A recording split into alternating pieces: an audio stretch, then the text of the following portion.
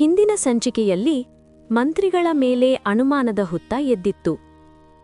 ಭೂಮಿಯ ಮಲತಾಯಿ ಭೂಮಿಯ ಬಳಿ ಮುಖ್ಯವಾದ ವಿಷಯ ಮಾತನಾಡಬೇಕೆಂದು ಅರಮನೆಗೆ ಕರೆದುಕೊಂಡು ಹೋಗುವಂತೆ ರಾಜುಗೆ ಹೇಳಿದಳು. ಮರುದಿನ ರಾಜು ತನ್ನ ತಾಯಿಯನ್ನು ಅರಮನೆಗೆ ಕರೆದುಕೊಂಡು ಹೋಗುತ್ತಾನೆ. ಮುಂದೆ, ಅಮ್ಮ, ಹೇಗಿದ್ದೀರಿ? ನಿಮ್ಮನ್ನು ನೋಡಿ ತುಂಬಾ ಸಂತೋಷವಾಯಿತು ನನ್ಗೆ. ನಾನ್ ಚೆನ್ನಾಗಿದ್ದೀನಿ ಭೂಮಿ. ರಾಜು ಎಲ್ಲಾ ವಿಷಯ ತಿಳಿಸಿದ. ನಿನ್ ಜೊತೆ ಒಂದು ಮುಖ್ಯವಾದ ವಿಷಯವನ್ನು ಮಾತನಾಡಲು ಬಂದೆ. ಮುಖ್ಯವಾದ ವಿಷಯನಾ? ಏನಮ್ಮ ಅದು? ಭೂಮಿ, ನನ್ನನ್ನು ಕ್ಷಮಿಸು. ನಿನಗ್ ಮೊದಲೇ ನಾನೀ ವಿಷಯ ತಿಳಿಸ್ಬೇಕಿತ್ತು. ಆದ್ರೆ ನನಗಾಗ ಭಯವಿತ್ತು. ಇದನ್ನೆಲ್ಲ ಹೇಳಿದ್ರೆ ಏನಾಗುತ್ತೋ ಅಂತ. ಇದನ್ನೆಲ್ಲ ನಾನು ಬಚ್ಚಿಟ್ಟೆ.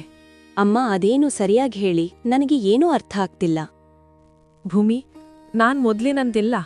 ನನಗ್ ನನ್ ತಪ್ಪಿನ ಅರಿವಾಗಿದೆ. ಆದ್ದರಿಂದ ನಿನ್ ಬಳಿ ಮಾತ್ನಾಡಲು ಬಂದೆ. ನೀನ್ ತಿಳ್ಕೊಂಡಿರೋ ಹಾಗೆ ಮಂತ್ರಿಗಳು ಒಳ್ಳೆಯವರಲ್ಲ. ನಾನು ಈ ಅರಮನೆಯ ವಿಷಯದಲ್ಲಿ ಮಾಡಿದ ಕೆಟ್ಟ ಕೆಲಸಗಳಿಗೆಲ್ಲ ಅವರೇ ಕಾರಣ. ಅಮ್ಮ, ಏನ್ ಹೇಳ್ತಿದ್ದೀರಾ ನೀವು?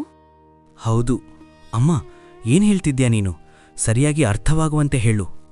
ಆ ಮಂತ್ರಿಗೆ ಭೂಮಿ ರಾಜಕುಮಾರನನ್ನು ಮದುವೆಯಾಗಿರುವುದು ಸ್ವಲ್ಪವೂ ಇಷ್ಟವಿಲ್ಲ.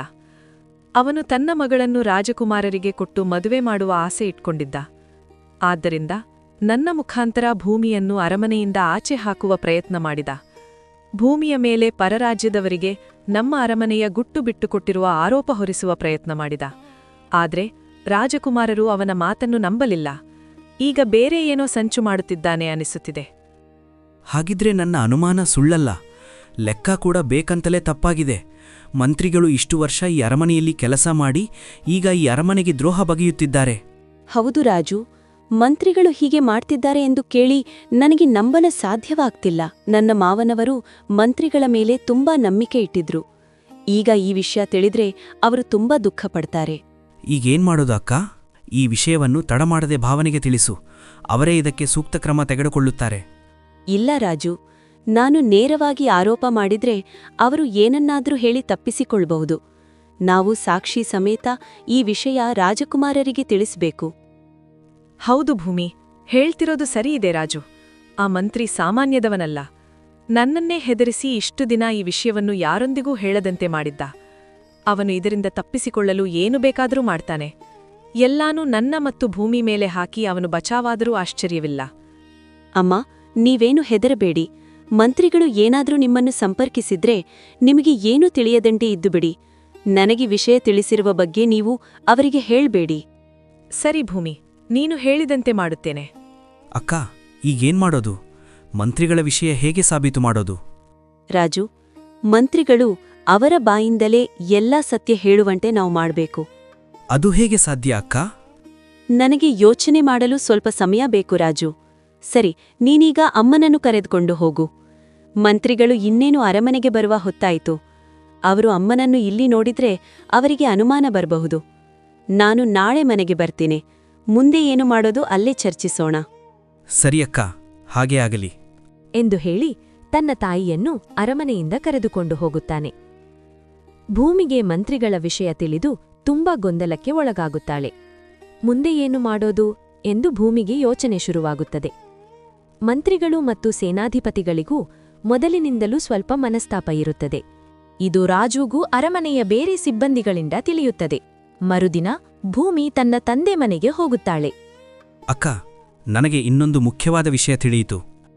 ಏನದು ರಾಜು? ಮಂತ್ರಿಗಳು ಹಾಗೂ ಸೇನಾಧಿಪತಿಗಳಿಗೂ ಸ್ವಲ್ಪ ಮನಸ್ತಾಪ ಇದೆ ಅಂತ ತಿಳಿದು ಬಂತು. ನಾವು ಮಂತ್ರಿಗಳ ವಿಚಾರದಲ್ಲಿ ಸೇನಾಧಿಪತಿಗಳ ಸಹಾಯ ತಗೋಬಹುದು ಅಂತ ನನಗನಿಸುತ್ತಿದೆ. ಹೌದು, ನನ್ನ ಬಳಿಯೂ ಒಂದು ಸಲ ಸೇನಾಧಿಪತಿಯ ಬಗ್ಗೆ ಆ ಮಂತ್ರಿ ಪ್ರಸ್ತಾಪಿಸಿದ್ದ. ಸೇನಾಧಿಪತಿಯಿಂದ ಸ್ವಲ್ಪ ಹುಷಾರಾಗಿರಬೇಕು ಎಂದು ತಿಳಿಸಿದ್ದ. ಹಾಗಿದ್ರೆ ನೀನ್ ಹೇಳ್ತಿರೋದು ಸರಿಯಿದೆ ರಾಜು. ನಾನು ಇಂದು ಸೇನಾಧಿಪತಿಗಳೊಂದಿಗೆ ಮಾತನಾಡ್ತೇನೆ ಎಂದು ಹೇಳಿ ಭೂಮಿ ಅಲ್ಲಿಂದ ಹೋಗುತ್ತಾಳೆ. ಈ ವಿಚಾರದಲ್ಲಿ ತಡ ಮಾಡೋದು ಬೇಡ ಎಂದು ಅಂದೇ ಭೂಮಿ ಸೇನಾಧಿಪತಿಯನ್ನು ಭೇಟಿ ಮಾಡುತ್ತಾಳೆ. ಈ ಸೇನಾಧಿಪತಿಯ ಪ್ರಣಾಮಗಳು ರಾಣಿ ಭೂಮಿಯವರೇ. ಸೇನಾಧಿಪತಿಗಳೇ, ನಾನು ಇಂದು ಒಂದು ಮುಖ್ಯವಾದ ವಿಚಾರ ನಿಮ್ಮ ಬಳಿ ಚರ್ಚಿಸಲು ನಿಮ್ಮನ್ನು ಕರೆಸಿದೆ. ಅದೇನು ಹೇಳಿ ರಾಣಿ ಭೂಮಿಯವರೇ.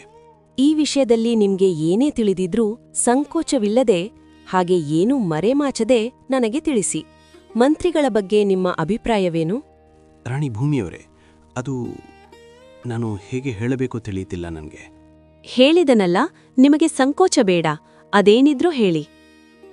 ಮಂತ್ರಿಗಳು ತುಂಬ ಕಪಟಿ ಎಂದು ನನಗನಿಸುತ್ತದೆ. ಅವರು ತುಂಬ ಪಕ್ಷಭೇದ ಮಾಡುತ್ತಾರೆ. ಅವರಿಗೆ ಬೇಕಾದವರನ್ನು ಮಾತ್ರ ಈ ಅರಮನೆಯಲ್ಲಿ ಕೆಲಸಕ್ಕಿಟ್ಟುಕೊಳ್ಳುವ ಪ್ರಯತ್ನ ಮಾಡುತ್ತಾರೆ. ನನ್ನ ಮೇಲೂ ತುಂಬ ಸಲ ಕೆಟ್ಟ ಹೆಸರು ಬರುವಂತೆ ಮಾಡುವ ಪ್ರಯತ್ನ ಮಾಡಿದ್ದಾರೆ. ಮಹಾರಾಜರು ಮಂತ್ರಿಗಳನ್ನು ತುಂಬ ನಂಬಿದ್ದರು. ಆದ್ದರಿಂದ ಈ ವಿಷಯದಲ್ಲಿ ನಮಗೆ ಏನು ಮಾಡಲು ಆಗಲಿಲ್ಲ. ಈಗ ರಾಜಕುಮಾರರು ಕೂಡ ಮಂತ್ರಿಗಳನ್ನು ತುಂಬ ನಂಬಿದ್ದಾರೆ. ಅರಮನೆಯ ಲೆಕ್ಕದಲ್ಲಿ ತುಂಬಾ ವ್ಯತ್ಯಾಸ ಕಂಡುಬಂದಿದೆ. ನನ್ನ ತಮ್ಮ ರಾಜುವಿನಿಂದ ಈ ವಿಷಯ ತಿಳಿಯಿತು. ಆ ಜಾಗದಲ್ಲಿ ಇಷ್ಟು ದಿನ ಮಂತ್ರಿಗಳಿಗೆ ಬೇಕಾದವರನ್ನು ಕೆಲಸಕ್ಕಿಟ್ಟುಕೊಂಡಿದ್ದರು. ಆದ್ದರಿಂದ ಈ ವಿಚಾರ ಹೊರಗೆ ಬಂದಿರಲಿಲ್ಲ. ಈಗ ರಾಜಕುಮಾರರು ನಿಮ್ಮ ತಮ್ಮನವರಿಗೆ ಆ ಜವಾಬ್ದಾರಿ ಕೊಟ್ಟಿದ್ದಾರೆ. ಇದರಿಂದ ವಿಷಯ ಹೊರಗೆ ಬರುತ್ತಿದೆ. ಈ ವಿಷಯ ಹೊರಗೆ ಬರುವ ಮುಂಚೆ ನಿಮ್ಮ ತಮ್ಮನನ್ನು ಕೆಲಸದಿಂದ ತೆಗೆಯಬೇಕು ಅಂತ ಪ್ರಯತ್ನ ಪಡುತ್ತಿದ್ದಾರೆ ಎಂದು ನನಗೆ ಸುದ್ದಿ ಕೇಳಿಬಂತು. ಆದ್ರೆ ಈಗಾಗ್ಲೇ ನನಗೆ ವಿಷಯ ತಿಳಿದಿದೆ. ಇನ್ನು ಮಂತ್ರಿಗಳ ಆಟ ನನ್ನ ಮುಂದೆ ನಡೆಯೋಲ್ಲ. ಸೇನಾಧಿಪತಿಗಳೇ, ಈ ಮಂತ್ರಿಗಳ ವಿಷಯವನ್ನು ಬಯಲು ಮಾಡಲು ನನಗೆ ನಿಮ್ಮ ಸಹಾಯ ಬೇಕು ಎಂದು ಹೇಳಿ ತನ್ನ ತಾಯಿ ತಿಳಿಸಿದ ವಿಚಾರವೆಲ್ಲವನ್ನೂ ಸೇನಾಧಿಪತಿಗೆ ತಿಳಿಸುತ್ತಾಳೆ. ನನ್ನ ತಾಯಿ ತಿಳಿಸಿದ್ರು, ಪರರಾಜ್ಯದವರೊಂದಿಗೆ ಸೇರಿ ಮಂತ್ರಿಗಳು ಈ ರಾಜ್ಯವನ್ನು ಕಬಳಿಸುವ ಪ್ರಯತ್ನ ಪಡುತ್ತಿದ್ದಾರೆ ಎಂದು. ನೀವೇನು ಚಿಂತಿಸಬೇಡಿ. ಈ ಸೇನಾಧಿಪತಿ ನಿಮ್ಮ ಸೇವೆಯಲ್ಲಿ ಎಂದೂ ಸಿದ್ಧ. ನಾನೇನು ಮಾಡಬೇಕು ಹೇಳಿ.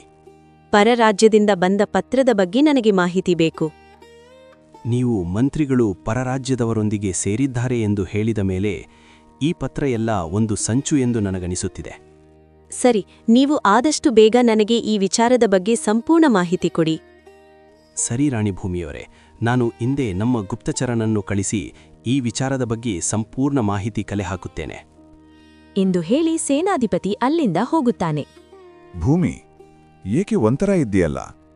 ನಾನು ಸ್ವಲ್ಪ ದಿನದಿಂದ ನಿನ್ನ ಗಮನಿಸ್ತಿದ್ದೇನೆ. ನೀನು ತುಂಬಾ ಚಿಂತೆಯಲ್ಲಿರುವಂತೆ ಕಾಣುತ್ತಿದೆ.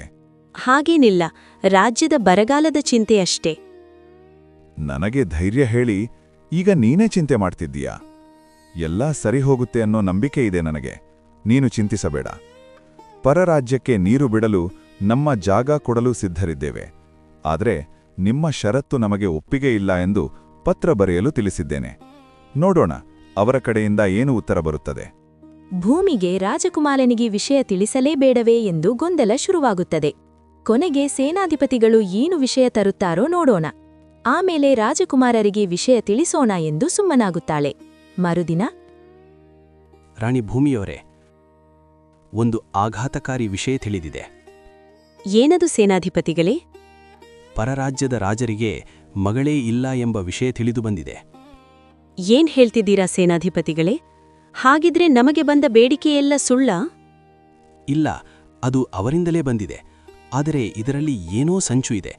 ಅದೇನೆಂದು ತಿಳಿಯುತ್ತಿಲ್ಲ. ನೀವು ಚಿಂತಿಸಬೇಡಿ, ನಾನು ಆದಷ್ಟು ಬೇಗ ತಿಳಿದುಕೊಳ್ಳುತ್ತೇನೆ. ಇಲ್ಲ ಸೇನಾಧಿಪತಿಗಳೇ, ನನಗೆ ಈಗ ಎಲ್ಲ ಅರ್ಥವಾಗ್ತಿದೆ. ಮಂತ್ರಿಗಳಿಗೆ ಅವರ ಮಗಳನ್ನು ರಾಜಕುಮಾರರಿಗೆ ಕೊಟ್ಟು ಮದುವೆ ಮಾಡುವ ಆಸೆ ಇತ್ತು ಎಂದು ನನ್ನ ತಾಯಿ ಹೇಳಿದ್ರು. ರಾಜಕುಮಾರರಿಗೆ ತನ್ನ ಮಗಳನ್ನು ಕೊಟ್ಟು ಮದುವೆ ಮಾಡಲು ಈ ಬರಗಾಲದ ನೆಪದಲ್ಲಿ ಪರರಾಜ್ಯದವರೊಂದಿಗೆ ಸೇರಿ ಸಂಚು ಮಾಡಿದ್ದಾರೆ. ಈಗ ಏನು ಮಾಡೋದು ರಾಣಿ ಭೂಮಿಯವರೇ? ಸೇನಾಧಿಪತಿಗಳೇ, ನಾವು ಈ ವಿಷಯದಲ್ಲಿ ತುಂಬ ಜಾಗರೂಕರಾಗಿರಬೇಕು. ಮಂತ್ರಿಗಳು ನಮಗೆ ಸಾಕ್ಷಿ ಸಮೇತ ಸಿಕ್ಕಿಹಾಕಿಕೊಳ್ಳುವಂತೆ ನಾವು ಮಾಡಬೇಕು. ಅದನ್ನು ನಾವು ರಾಜಕುಮಾರರ ಗಮನಕ್ಕೆ ತರಬೇಕು. ನೀವೇನೇ ಹೇಳಿದರೂ ನಾನು ಅದನ್ನು ಪಾಲಿಸಲು ಸಿದ್ಧ. ರಾಣಿ ಭೂಮಿಯವರೇ, ಏನು ಮಾಡೋದು ಹೇಳಿ. ಪರರಾಜ್ಯದವರಿಗೆ ಮಂತ್ರಿಗಳು ಬರೆದಿರುವಂತೆ ಪತ್ರ ಬರೆದು ಮಂತ್ರಿಗಳನ್ನು ಭೇಟಿಯಾಗುವಂತೆ ತಿಳಿಸಿ. ಇತ್ತ ಮಂತ್ರಿಗಳಿಗೂ ಪರರಾಜ್ಯದವರು ಭೇಟಿಯಾಗುವ ಸಂದೇಶ ಕಳಿಸಿದ್ದಾರೆ ಎಂದು ತಿಳಿಸುವ ಕೆಲಸ ಮಾಡಿ. ಅವರಿಬ್ಬರೂ ಭೇಟಿ ಮಾಡುವ ಜಾಗಕ್ಕೆ ನಾವು ಅವರಿಗೆ ತಿಳಿಯದಂತೆ ಹೋಗೋಣ. ರಾಜಕುಮಾರರನ್ನು ಕರೆದುಕೊಂಡು ಹೋಗೋಣ. ಆಗ ಎಲ್ಲ ಸತ್ಯ ಹೊರಗೆ ಬರುತ್ತೆ. ರಾಣಿ ಭೂಮಿಯವರೇ, ಈ ಸಂಚು ಕೆಲಸ ಮಾಡುತ್ತದೆ. ಮಂತ್ರಿಗಳು ಸಿಕ್ಕಿಹಾಕಿಕೊಳ್ಳುವುದರಲ್ಲಿ ಅನುಮಾನವೇ ಇಲ್ಲ. ಆದ್ರೆ ಈ ವಿಷಯದಲ್ಲಿ ನೀವು ಜಾಗರೂಕರಾಗಿ ಕೆಲಸ ಮಾಡಬೇಕು. ಅವರಿಗೆ ಸಂಶಯ ಬರದಂತೆ ನೋಡಿಕೊಳ್ಬೇಕು.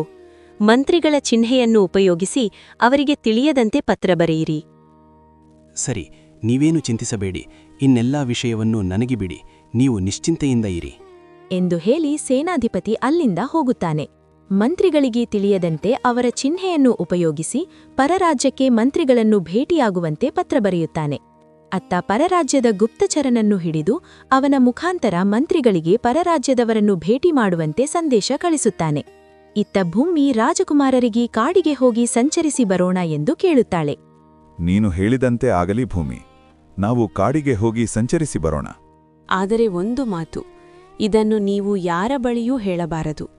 ಮಂತ್ರಿಗಳಿಗಾಗಲಿ ಅರಮನೆಯ ಬೇರೆ ಸಿಬ್ಬಂದಿಗಳಿಗಾಗಲಿ ಹೇಳಬಾರದು. ನಾವು ರಾಜ ರಾಣಿ ಆಗಲ್ಲ, ಭೂಮಿ ಮತ್ತು ಸಾಮಾನ್ಯ ಯುವಕನಾಗಿ ಕಾಡಲ್ಲಿ ಸಂಚರಿಸಬೇಕು ಎಂದು ನನಗೆ ಆಸೆಯಾಗಿದೆ. ಇದೆಂಥ ಹುಚ್ಚಾಟ ನಿಂದು ಭೂಮಿ, ಯಾರಿಗೂ ತಿಳಿಸದೆ ಹೋಗಬೇಕೆ? ಆದರೆ ಅದು ನಮಗೆ ಅಪಾಯ ತಂದೊಡ್ಡಬಹುದು. ಸೇನಾಧಿಪತಿಗಳಿಗೆ ಮಾತ್ರ ತಿಳಿಸೋಣ, ನಮ್ಮ ರಕ್ಷಣೆಗೆ ಅವರಿದ್ದರೆ ಸಾಕಲ್ಲವೇ? ಸರಿ ಭೂಮಿ, ನೀನು ಹೇಳಿದಂತೆ ಆಗಲಿ. ಮರುದಿನ ಭೂಮಿ ರಾಜಕುಮಾರನೊಂದಿಗೆ ಕಾಡಿಗೆ ಹೋಗುತ್ತಾಳೆ. ಸೇನಾಧಿಪತಿಯು ಅವರ ಸುರಕ್ಷೆಯ ಜವಾಬ್ದಾರಿಯನ್ನು ವಹಿಸಿಕೊಂಡು ಅವರ ಜೊತೆಗೆ ಕಾಡಿಗೆ ಹೋಗುತ್ತಾನೆ. ಮಂತ್ರಿಗಳು ಮತ್ತು ಪರರಾಜ್ಯದವರು ಭೇಟಿಯಾಗೋ ಜಾಗಕ್ಕೆ ಭೂಮಿ ರಾಜಕುಮಾರನನ್ನು ಕರೆದುಕೊಂಡು ಹೋಗುತ್ತಾಳೆ. ಇವರು ನಮ್ಮ ಮಂತ್ರಿಯಲ್ಲವೇ? ಇವರು ಈ ಕಾಡಿನಲ್ಲಿ ಯಾರೊಂದಿಗೆ ಮಾತನಾಡುತ್ತಿದ್ದಾರೆ?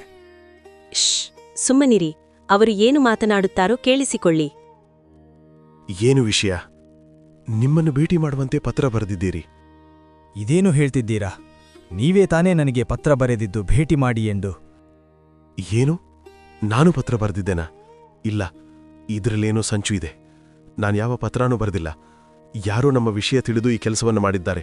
ನಾವು ಹೆಚ್ಚು ಹೊತ್ತು ಇಲ್ಲಿ ಜೊತೆಗಿರೋದು ಸರಿಯಿಲ್ಲ. ನೀವಿಲ್ಲಿಂದ ಹೊರಡಿ ಎಂದು ಹೇಳಿ ಮಂತ್ರಿ ಆತುರದಿಂದ ಅಲ್ಲಿಂದ ಹೊರಡುವಷ್ಟರಲ್ಲಿ ಭೂಮಿ ಮತ್ತು ರಾಜಕುಮಾರ ಸೇನಾಧಿಪತಿಯೊಡನೆ ಮಂತ್ರಿಯ ಮುಂದೆ ಬಂದು ನಿಲ್ಲುತ್ತಾರೆ. ಭೂಮಿ ಇರುವ ವಿಷಯವೆಲ್ಲವನ್ನೂ ರಾಜಕುಮಾರನಿಗೆ ತಿಳಿಸುತ್ತಾಳೆ. ಮಂತ್ರಿಗಳೇ, ನೀವು ಈ ಥರ ಮಾಡುತ್ತೀರಾ ಎಂದು ನಾನು ಕನಸಲ್ಲೂ ಭಾವಿಸಿರಲಿಲ್ಲ.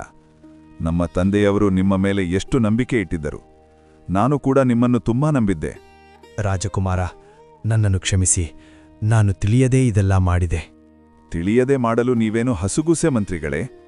ನಿಮ್ಮ ಆಟ ಇನ್ನೂ ನಡೆಯೋಲ್ಲ. ಸೇನಾಧಿಪತಿಗಳೇ, ಇವರನ್ನು ಬಂಧಿಸಿ, ಕೂಡಲೇ ಇವರಿಗೆ ಕಠಿಣ ಶಿಕ್ಷೆ ವಿಧಿಸಿ. ನಮ್ಮನ್ನು ಕ್ಷಮಿಸಿ. ಈ ಮಂತ್ರಿಗಳ ಮಾತು ಕೇಳಿಕೊಂಡು ನಾವು ತಪ್ಪು ಮಾಡಿದೆವು. ಮುಂಚಿನಿಂದಲೂ ನಮ್ಮಿಬ್ಬರ ರಾಜ್ಯದ ಮಧ್ಯೆ ಒಳ್ಳೆ ಸ್ನೇಹವಿತ್ತು. ಎಂದೂ ನಾವು ಒಬ್ಬರಿಗೊಬ್ಬರು ತೊಂದರೆ ಮಾಡಿಲ್ಲ. ಈ ಮಂತ್ರಿಗಳ ಮಾತು ಕೇಳಿ ನನ್ನ ಬುದ್ಧಿಗೆ ಮಂಕು ಬಡಿದಿತ್ತು. ನನ್ನನ್ನು ಕ್ಷಮಿಸಿ. ಇನ್ನೆಂದೂ ಈ ರೀತಿಯಾಗುವುದಿಲ್ಲ. ನಿಮ್ಮ ರಾಜ್ಯದಿಂದ ನಮಗೇನೂ ಬೇಡ. ಒಳ್ಳೆ ಸ್ನೇಹ ಸಿಕ್ಕರೆ ಸಾಕು. ನಾವು ನಿಮ್ಮ ರಾಜ್ಯಕ್ಕೆ ನೀರು ಬಿಡಲು ಸಿದ್ಧರಿದ್ದೇವೆ. ನಮಗೂ ಅಷ್ಟೇ. ನಿಮ್ಮ ಸ್ನೇಹ ಮಾತ್ರ ಬಯಸ್ತೇವೆ. ಇನ್ನೇನೂ ಬೇಡ. ಇನ್ನೆಂದೂ ಈ ರೀತಿ ಕೆಲಸ ಮಾಡಬೇಡಿ. ನೀವಿನ್ನೂ ಹೊರಡಬಹುದು ಎಂದು ರಾಜಕುಮಾರ ಹೇಳುತ್ತಾನೆ.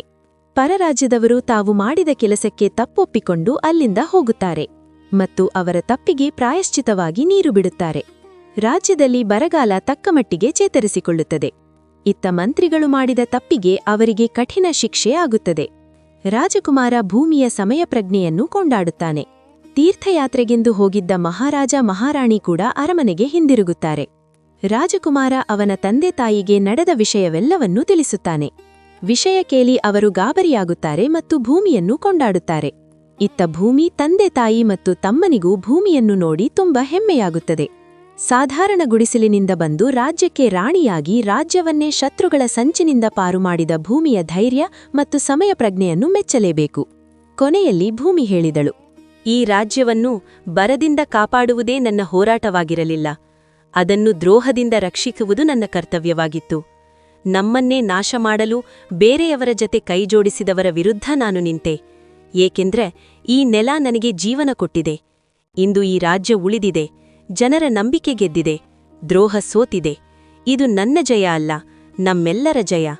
ನಾನು ಭೂಮಿ, ಈ ನೆಲದ ಶಕ್ತಿ, ಈ ಜನರ ಧೈರ್ಯ. ಕಥೆ ಇಷ್ಟ ಆಯಿತು ಅಂತ ಭಾವಿಸುತ್ತೇನೆ. ಮುಂದೆ ಬರುತ್ತಿದೆ ಹೊಸ ಕಥೆ ಡಿಟೆಕ್ಟಿವ್ ಪುಷ್ಪ. ಸಬ್ಸ್ಕ್ರೈಬ್ ಮಾಡಿ, ಎಪಿಸೋಡ್ಸ್ ಮಿಸ್ ಮಾಡ್ಕೋಬೇಡಿ.